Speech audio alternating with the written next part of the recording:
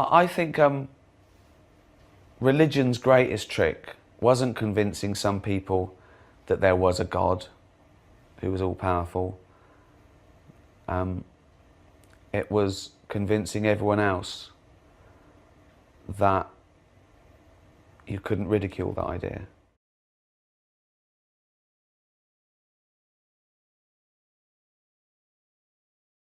It's when you get them. I think there'd be more atheists and less faithful if you weren't allowed to teach anything, you weren't allowed to mention any gods or any beliefs or atheism, right, until they were 20.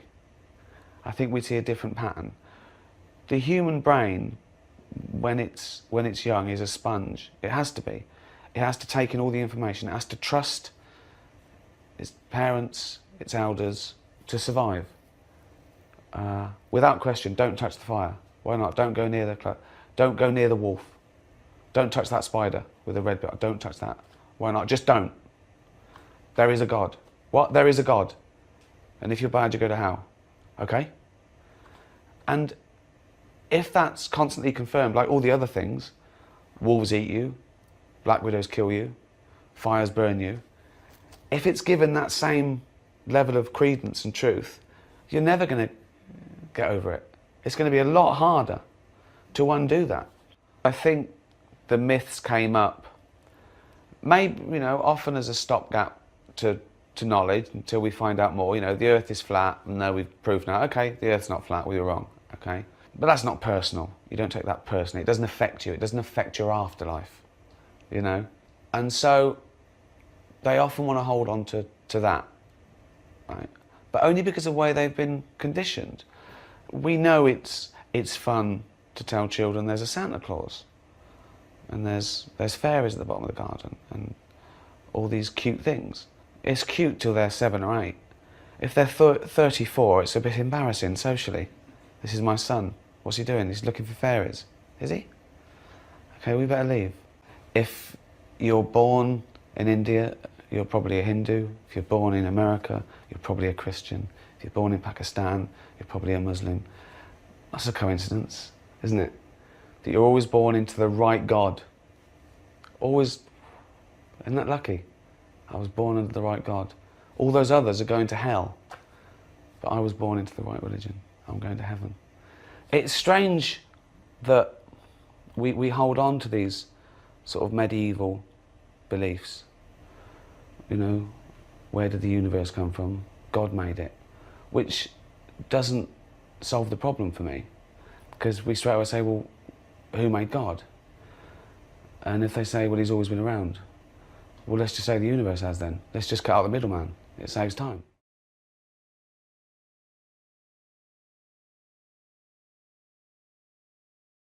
We're all born atheist, you know, and then that gets changed or enhanced. I mean, there shouldn't even be a word for atheism. It shouldn't exist. Shouldn't need it. There's not a word for not believing in fairies, you know? And if people didn't keep inventing these weird, impossible deities, we wouldn't have to go around denying them.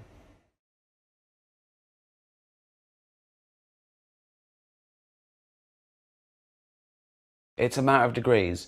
If you go around feeling good because whatever life throws at you, it'll all be okay in heaven, that's great. Doesn't affect anyone. Fine. If you pray that you'll do well at work and then you try hard and do well at work and you believe it was the praying, fine. You know, we know it wasn't. We know the praying was irrelevant. We know praying without actually doing anything doesn't do anything. Praying and then working towards something. Praying to me is like making a list. That's all it does. It may even motivate you. It may even, you know, it's getting your thoughts clear. Thinking there's someone hearing you and changing stuff, that's something else. But again, it's still not harmful. But if you start doing crazy stuff because God's telling you to, that affects me. I've got to stop you there.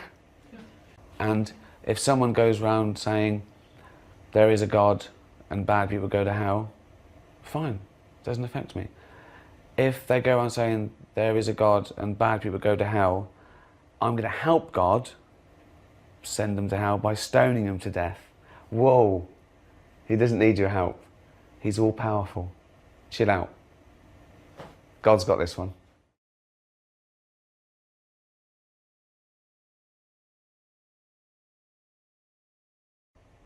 I think it's very important you challenge your own beliefs. I mean that's what science does, really. It doesn't constantly try and prove itself right.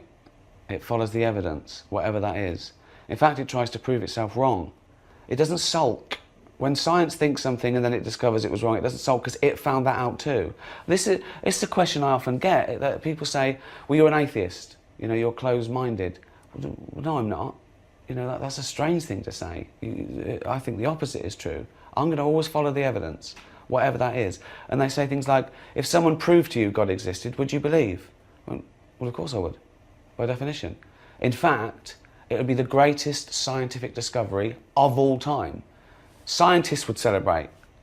They'd run round. At the moment, we have no evidence for the existence of any God or anything supernatural.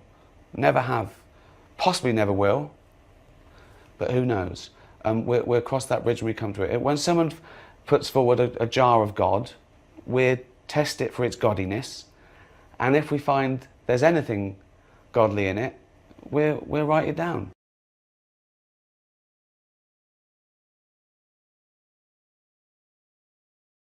I get asked questions like, you know, well, what do you think it feels like when you're dead? And I always say, well, what did it feel like for the billions of years before you were born? Like that. And there's also this strange thing that I get from faithful people. Why don't you believe in God? Well, that's a very strange question. Why don't you believe in God? Well, you came up with it. Why would I? As to saying I don't know, well, if you're agnostic about God in all his glory and in all his impossibility, you've got to be the same about Santa. You have got to say, I don't know. I want to say to an agnostic, what's your best guess there? Go on, have a punt. In fact, I don't ask agnostic. I don't say to agnostics, is there a God? I say, do you believe in God? Now, you can't say I don't know to that question, because if you say I don't know, you're an idiot. What you don't know if you believe or not. And I had this discussion with someone on Twitter, actually, and he said, well, that's not true, because I can ask you, am I wearing a red jumper? And you have no way of informing your guess. And that's true. But now ask me if you're wearing a red jumper that created the universe. Now I can have a little guess. No. No, you are not. It's mental. If you throw a load of coins on the floor, no one arrangement is more amazing than another. And it's sort of like they work backwards. Because this is what happened, this is what we think is perfection. So we try and...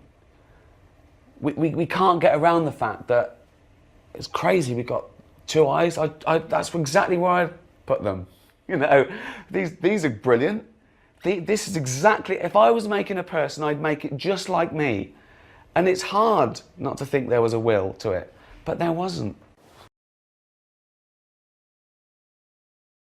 You know the Mark Twain quote about, it's so great that I have ears here to hold up these things, we have glasses, and these ears are just perfect for that. Exactly, yeah, yeah. And another Mark Twain what's particularly good about that, it's a double whammy. Yeah. Because he's being sarcastic about evolution. And, right.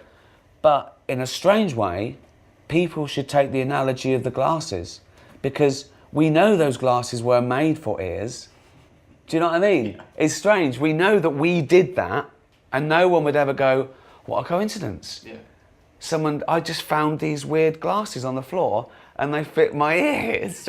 And that's what people can't get around, because they want to do that with everything. They want to do that with, you know. Yeah. But wasn't it great when he made bees like pollen? You know, that was a masterstroke. I'd have just had flowers and bees. He went, no, I'm going to make them need each other. Brilliant.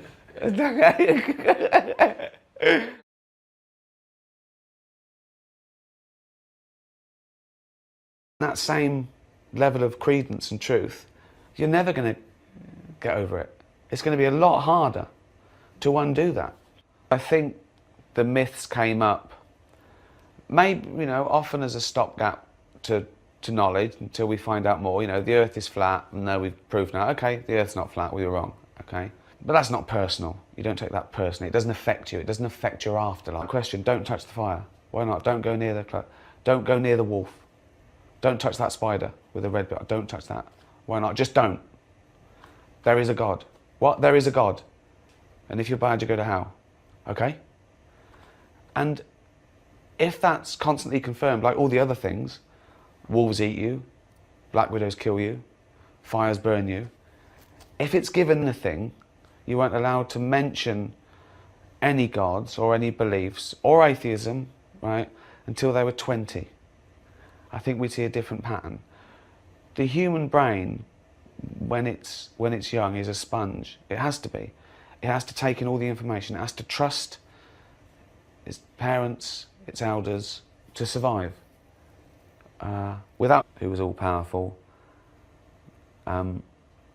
it was convincing everyone else that you couldn't ridicule that idea.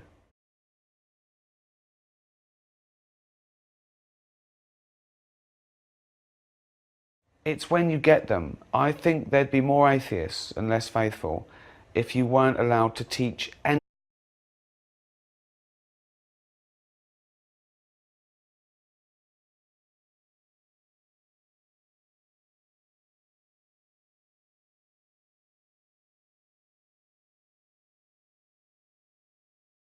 I think religion's greatest trick wasn't convincing some people that there was a God